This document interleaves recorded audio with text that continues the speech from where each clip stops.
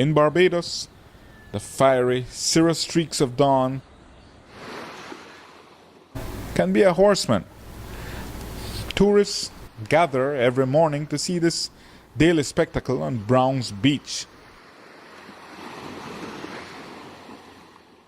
Nothing to it really, but in just a snapshot it shows how easily intertwined daily life and tourism are on this island, where overnight arrivals in 2013 outnumbered Belize by a rate of more than 2 to 1.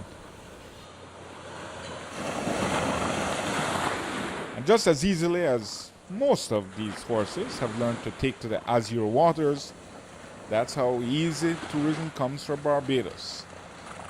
But now climate change is putting all of it at risk. Rising sea levels threaten this beach, one of the most celebrated in the world.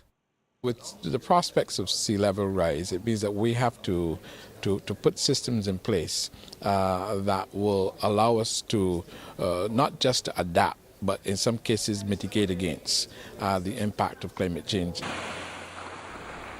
And adaptive behavior, not the kind these wave-running sandpipers practice, is what the IPCC report is about.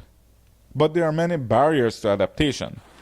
Not least of all is the native instinct to stay with what has always worked, which experts say won't work this time. Climate change will know no boundaries.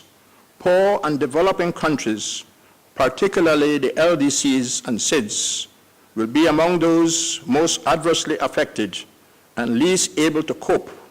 I don't think it is very difficult, as some may think, to really reorder people's behavior and the expectations. I think people behavior and behavioral change is linked to people's notions of their survival. And if you help people to understand the context of their survival, chances are that you will help them to adjust to suit that survival. And Barbados has a level of social order that makes credible his statement. It was a rich colony, the Caribbean jewel in the crown of the British Empire. Its parliament building, imperious and resplendent, is 150 years old and was built to house one of the oldest parliamentary systems in the world. But all that vaunted sense of order, which gives rise to the lowest murder rate in the Caribbean and one of the lowest in the Americas, could all be put at risk if climate change threatens this location.